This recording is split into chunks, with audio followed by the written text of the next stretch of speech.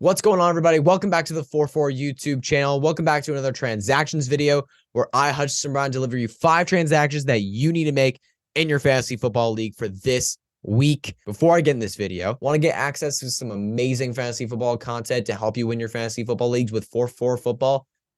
Go to 44.com/plans and use the code YouTube to get 25% off your plan. Doesn't matter what plan you choose, any plan you choose, you get 25% off. So without further ado, let's get right in this video. We are talking about 5 transactions that you need to make in your fantasy football league for this week.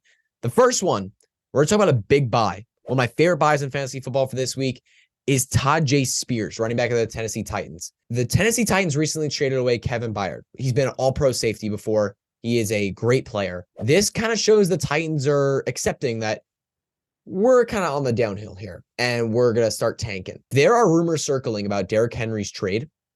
You know who's going to be a really, really big sweetheart in the fantasy football world? Tyjae Spears. And if Derrick Henry actually gets traded, you guys aren't ready for the amount of hype that he's going to get. He has gotten so much hype already because of what he's done on his touches so far this year and what he was in the draft process. If you trade away Derrick Henry and give the backfield to him, the fantasy football world is going to go nuts. Buy him now at a decent price that you might not have to pay up later. So the next player we're going to talk about, another running back that I think could have a big opportunity down the line, is Roschon Johnson, running back of the Chicago Bears.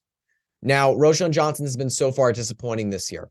He's missed a couple games due to concussion the last 2 weeks, and so far, when he has played, he hasn't been very fantasy relevant. He's looked good on his touches, but hasn't been fantasy relevant because he's been stuck in a split backfield. And Deonta Foreman this past week looked fantastic with the ball in his hands. I mean, he's one of the top fantasy football running backs on the week. But looking towards this week, Khalil Herbert is still out for the next 2 weeks due to IR, possibly more. Roschon Johnson, 2 weeks now missing with a concussion. He's probably not going to miss another game.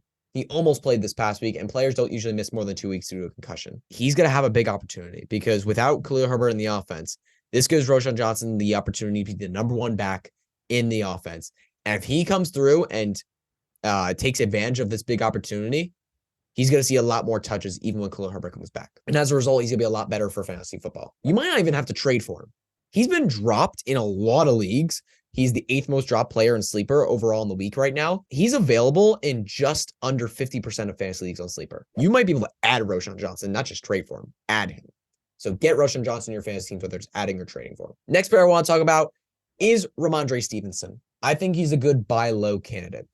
The Patriots offense is pretty gross. It's disgusting. We don't like it. They had a good week last week against the Bills, but overall in the season, it's not been fun for the Patriots offense. We don't want fantasy players from the Patriots so far this year. I think that narrative is driving Rhamondre Stevenson's value way too low.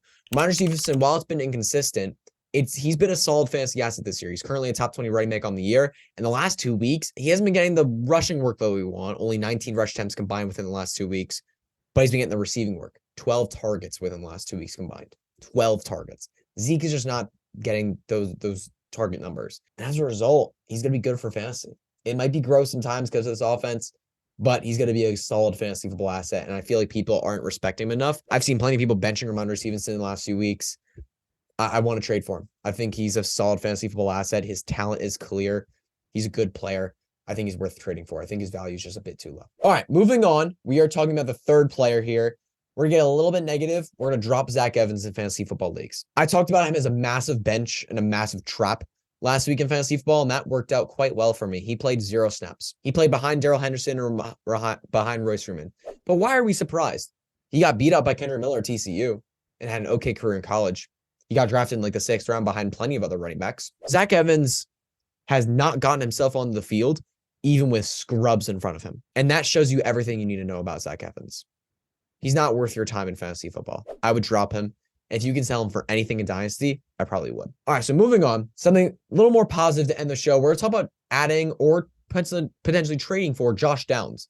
He's rostered in just under 50% of sleeper leagues, so you can still add him in most fantasy football leagues, but potentially you might have to trade for him. And I just want him on my fantasy football roster because of the talent that's been shining through so far this season. While it's been inconsistent for the Colts offense due to Anthony Richardson injuries and just the passing game has not been flowing at all times, it's been rough for Josh Downs to be able to consistently produce for fantasy football.